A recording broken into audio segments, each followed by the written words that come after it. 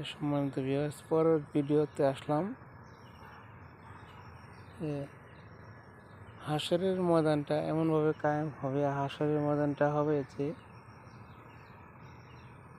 যখন হাশরের ময়দান কায়েম হবে, বিভিন্ন ভিডিওতে ইউটিউবে দেখিয়ে তারা তো তৈরি করে মানুষকে বোঝানোর জন্য, তারা ভিডিও চিত্র সহ তুলে ধরে মানুষকে বোঝানোর জন্য। আমি দেখি তারপরে আপনাদেরকে বলি, আলোচনা শুনবেন, ভিডিওতে লাইক দিবেন, শেয়ার করবেন, আর ফলো যারা করছেন তারা তো করছেন, যারা না করছেন তারাও ফলো করবেন, আমার ফলোয়ার হবেন। যারা আমার ফলোয়ার হবেন তাদের কোনো লড়াই ধরা লাগবে না, টিকিট কাটা লাগবে না, তাদের কাছে কোনো ফর্ম ফিল আপ পূরণ করা লাগবে না। তারা চাইলে আমার ফলোয়ার হতে পারবেন। ফলো বাটনে ক্লিক করবেন, ফলোয়ার হয়ে যাবেন। যারা ফলোয়ার হন নাই এখনও আছেন, ফলোয়ার হয়ে যান। ফলোয়ার হলে ইসলামিক ভিডিও ইনশাআল্লাহ আমাকে দেখতে না পারেন, আমার কথা তো শুনতে পারবেন, আমাকে দেখতে পারবেন। আমার পিছনের ক্যামেরা ইনশাআল্লাহ পরিষ্কার আছে, সামনের ক্যামেরা যদিও ছোটোখাটো মোবাইল, তো সামনের ক্যামেরা 13 মেগাপিক্সেল, এটা ক্যামেরার ছবি আর কেমন দেখা যায়, এটা কী দেখবেন? আমি হলাম নগণ্য মানুষ, একটা ছোটোখাটো মানুষ, আমার চেহারা আর কী দেখবেন?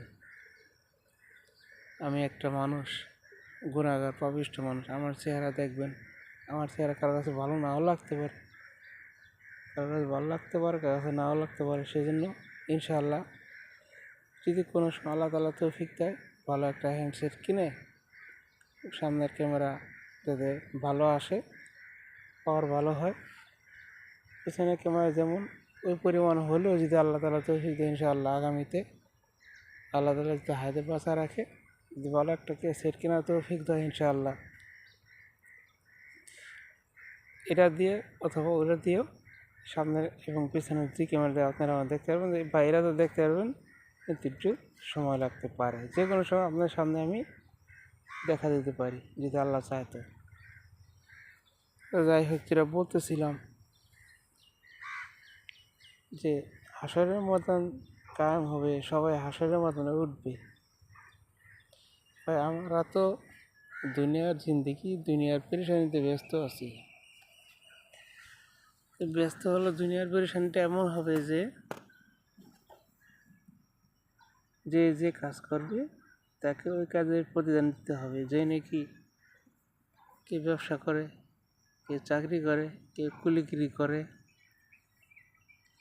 যে কাজই করুক, আমার মাঝে মধ্যে আফসোস হয় যে অবস্থায় আছে এই দুনিয়াতে থাকার জন্য কত পেরেশানি, কত হয়রানি করতে হয়, কত পেরেশানি, কত হয়রানির মধ্যে মানুষ আছে, অথচ তারা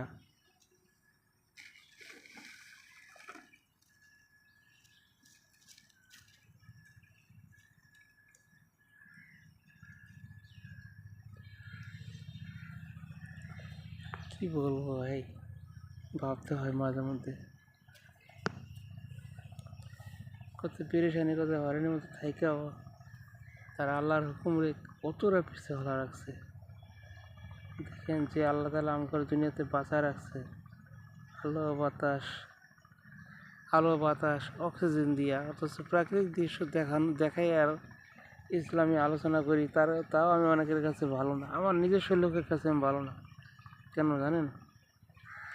বিষয় হলো একটাই, যে তাদের কাছে আমি জ্ঞানের কথা, আলোর কথা বলি, তো তাই আমার নিজস্ব লোকের কথা আমি বলি, সে নাকি ভিডিও করলে, ফেসবুক করলে দেখে আমার ভিডিও, আমি লম্বা আলোচনা করি, ভালো ভালো আলোচনা করি, সেজন্য কি করে কি ছাড়ে সব ভালো লাগে, এমনি কয় এসব ভালো লাগে, যে আকর্ষণীয় ভিডিও নাই, আকর্ষণীয় কিছু নাই, মানে তার সাথে নাচ গান ড্যান্স এটা ওইটা।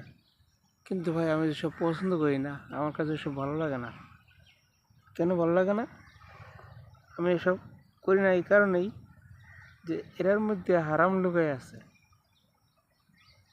আমি যদি এখান থেকে ইনকামও করি, আমি আল্লাহর কাছে দোয়া করি, আল্লাহ তুমি এরা যদি এর থেকে যে ইনকাম যদি তুমি আমার দাও, এটা যেন আমার জন্য হালাল হয়, ফেসবুক থেকে যদি আমার তুমি ইনকাম দেয় যেন হালাল হয়, ধৈর্যের ফল মিষ্টি হয়। এখান থেকে যদি আমি ইনকাম করি, যদি আল্লাহ তালা আমার দেয়, এখান থেকে যদি আমি দৈনিক মনিটাইজেশন হওয়ার পরে যদি আমি দৈনিক $2 বা $5 ইনকাম করি, সেটা যেন আমার জন্য হালাল হয়। এই হালাল ইনশাআল্লাহ আমাকে বরকত দিতে দিতে পাহাড় পরিমাণ নিয়ে যাবে। এর মধ্যে ইনকাম আছে, অবশ্যই ইনকাম এই যে হালাল উপায় আসে, তো ইনকামের যে এত মূল্য, এটা ইবাদতের মতোই হয়ে যায়। আমার ইবাদত করার পরে আমি যেমন নামাজ পড়ি, নামাজ পড়ার পরে আমার ব্যবসা করার পরে যতটুকু সময় আমি পাই, আল্লাহর হুকুম মানার পরে যতটুকু সময় আমি পাই, ততটুকু সময় যদি আপনাদের সামনে তুলে ধরি, দিনের সম্বন্ধে আলোচনা করে, দিন সম্বন্ধে বোঝাই আপনাদেরকে এই অনলাইনের মাধ্যমে, দেখা গেছে যে এতে আল্লাহ তাআলা আমার বরকত দিতে পারে। আমি এটা বিশ্বাস করি, আমার মালিকের প্রতি আমার বিশ্বাস আছে। এটাই আমি আপনাদেরকে বোঝাতে চাই যে ইনকাম করাটা বড় তেমন কিছু না, সবচেয়ে বড় হলো আপনাদেরকে আল্লাহর রাস্তায় দাওয়াত দেওয়া। দেশের বাইরে এবং দেশের ভিতরে যারা আছেন, যে যেখানে আছেন, অবশ্যই কিছু না কিছু সময় আপনাদের হাতে থাকে। আপনারা দয়া করে আমার ভিডিও দেখবেন এবং ইসলাম সম্বন্ধে কিছু শুনবেন, ভাই ভালো লাগবে, অবশ্যই ভালো লাগবে। ইনশাআল্লাহ আশা করি যারা হেদায়েত প্রাপ্ত না, তারা হেদায়েতের পথে আসতে পারবে। আমার জন্য আপনারা আল্লাহর কাছে দোয়া করবেন, আমি যেন আরও সুন্দর সুন্দর ভিডিও এবং ইসলামিক আলোচনা সম্বন্ধে ভিডিও দিতে পারি, প্রাকৃতিক দৃশ্য ও রাস্তাঘাট নির্মাণ সম্বন্ধে দিতে পারি এই ভিডিওগুলি। যেটা বলতে চাই সংক্ষেপে, যে হাসরের ময়দানে এমন অবস্থা হবে, এই দুনিয়াতে আমরা যে কদিন থাকি, কবর দিয়ে আসার পরে দায়িত্ব শেষ মনে করে না, দায়িত্ব বাড়লো কাদের? আপনার আমার সবার। দায়িত্বটা কি? সেটা হলো কবর দিয়ে আসার পরে ওই লোকটার খোঁজ খবরটা নিতে পারবো না, আল্লাহর কাছে দোয়া করতে পারলা, তোমার জমিনের নিচে যাকে আমি শোয়াইলাম, তুমি তার জন্য জান্নাত ওয়াজিব করে দাও, তুমি তাকে জান্নাতবাসী করে দাও, তুমি তাকে মাফ করো, তুমি তাকে তার গুনাহ মাফ করো। সে দুনিয়াতে যতই অন্যায় কাজ করে থাকুক, তাকে তুমি মাফ করো। নিজের জন্য মাফ চাইতে হবে, আল্লাহ তুমি আমাকে মাফ করো। কবরের আযাব এত ভয়াবহ আযাব, যে না দেখছে সে বিশ্বাস করতে পারবো না। যে না দেখছে, যারা ইমানদার শুধু তারাই বিশ্বাস করব, যারা বেঈমান তারা উড়াই দেব, হ্যাঁ আযাব তো আছেই তো, পরে মাপ চাইনি উনি, পরে কমুনি, পরে মানুনি, সেই পরেটাই তার সামনে আগে দেখা দিব, আগেটা পরে চলে যাব।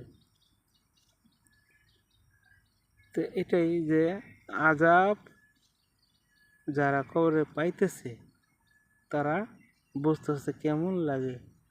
আপনার আমি যখন কবরে চলে যাবো, ভাই কবরটা যদি আপনার আমার জন্য জান্নাতের টুকরা হয়, তা আলহামদুলিল্লাহ, আল্লাহ পাকের শুকরিয়া। নিয়ামত করেও নিয়ামত আদায় করা শেষ করা যাবে না।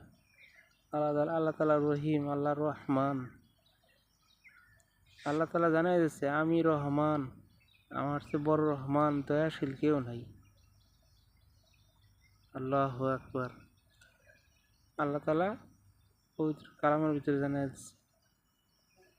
তাই আসেন আমরা সবাই একসাথে মুসলমানদের সাথে যোগ দিয়া, মুমিনদের সাথে যোগ দিয়া আল্লাহর কালাম এর রশি ধরে রাখি, যেন সবাই মিলা 5 ওয়াক্ত নামাজের সাথে সাথে আমরা আল্লাহর রহমতের আশা করতে পারি, আল্লাহর ওলিদের সাথে মিশতে পারি, আল্লাহর ওলিদের উপদেশ শুনতে পারি, নবী পাক সাল্লাল্লাহু আলাইহি ওয়াসাল্লামের তরিকায় আমরা চলতে পারি, আল্লাহর হুকুম ঠিক মতো মানতে পারি, সে চেষ্টা আমরা করি।